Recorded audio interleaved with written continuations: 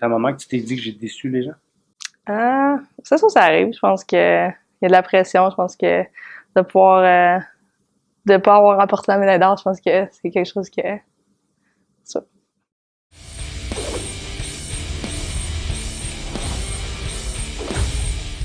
Quand tu regardes ta dernière médaille, tu vois-tu de la fierté ou un peu de déception encore? C'est sûr un petit peu des deux. Je pense que ça fait un mois déjà, mais je pense qu'en reparlant de la game, il y a beaucoup d'émotions qui viennent. Il y a tellement d'efforts qui se met pendant 4 ans que c'est notre 5e médaille d'or. Malheureusement, on n'est pas capable de la rapporter au Canada. C'est sûr, oui, il y a beaucoup de déceptions, mais c'est sûr, avec un peu de recul, le groupe qu'on avait, je changerais rien. C'est vraiment une belle équipe, une belle chimie d'équipe. Puis c'est sûr, il y a beaucoup de fierté. Puis quand on revient ici, tu vois les gens comme ils sont fiers. C'est quelque chose qui m'a encore plus fière. Puis c'est sûr que c'est une motivation encore de plus pour les 4 prochaines années. Les athlètes de la Ligue nationale n'étaient pas là. Est-ce que vous avez senti l'équipe canadienne d'un peu plus de spotlight, peut-être plus sur vous cette année, vu que les athlètes professionnels n'étaient pas là? Un petit peu, je veux pas. Je pense que non seulement nous autres, mais aussi les autres athlètes qu'on entend moins sur le snowboard, le curling ou bobsleigh, c'est ça, c'est des sports qu'on entend souvent tous les 4 ans. Durant les 3 années, on n'entend pas souvent. Alors, je pense que tout dans ces sports-là, on a eu plus d'exposition médiatique. C'est sûr que c'est le fun, mais l'équipe de hockey qui était là, pour être honnête, était super gentille. Je pense qu'on n'aurait pas pu demander mieux d'avoir des gars qui sont venus nous voir jouer. On était allés les voir jouer, puis ils ont fait partie de l'équipe canadienne des athlètes, puis ça, c'était le fun. Est-ce que c'est peut-être utopique de penser que le hockey féminin va être plus populaire que le hockey masculin un jour? On espère, pour honnête, quand tu vois les chiffres après les Jeux olympiques, on est un des matchs qui a été le plus écouté. Je pense que ça fait toujours chaud au cœur, que ce soit après les Jeux de Sochi, que ce soit après celui-là, ça fait chaud au cœur. Puis tu vois que les gens sont encore plus derrière nous, mais je pense que c'est ça arrive une fois aux 4 ans, malheureusement. Alors on espère de pouvoir avoir plus de fans, plus de gens qui vont nous supporter durant ce processus-là qui est 4 ans. Tu t'es engagé ou tu as déjà mentionné que tu allais faire un autre 4 ans. Ça implique quoi exactement?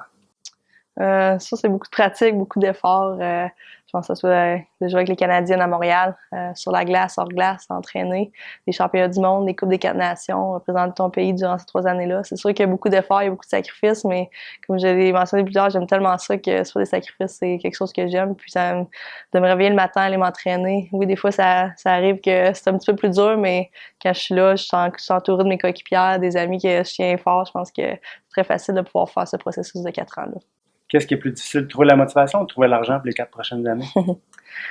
C'est sûr que côté argent, je pense que notre sport, il y a encore beaucoup d'améliorations à faire durant les prochaines années. Je pense que de pouvoir être payé du côté professionnel, avoir une ligue professionnelle féminine, c'est sûr que ce serait fun de pousser de ce côté-là. Personnellement, je suis très chanceuse de pouvoir avoir l'aide des commanditaires que j'ai eu à travers les dernières années.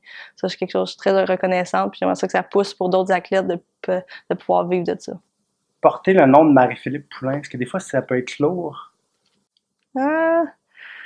Non, je pense que, pour être honnête, je suis humble depuis... J'ai toujours été humble, puis pour moi, je reste tout à moi-même. Je sais, j'ai été vraiment comblée par mes derniers Jeux olympiques, les 3 derniers. Je pense que c'est ça m'a mis un petit peu plus de pression et tout, mais je pense l'entourage que j'ai. Je suis tellement chanceuse de pouvoir revenir dans mon patelin, d'être entourée de mes amis, ma famille, qui vont mettre toujours de... C'est quelque chose que je suis vraiment reconnaissante, puis ça, je pense que ça changera jamais, que ça soit que je gagne plein d'affaires ou que ça arrive, je pense que Marie-Philippe Poulin va toujours rester la petite fille de Beauzile.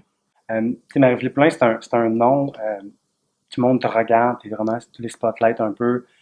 Ça te fait quoi d'avoir une certaine pression de savoir que tu dois quand même beaucoup aider les autres personnes, toujours marcher droite? Parce que si à un moment donné, on se tend un peu, on a envie de...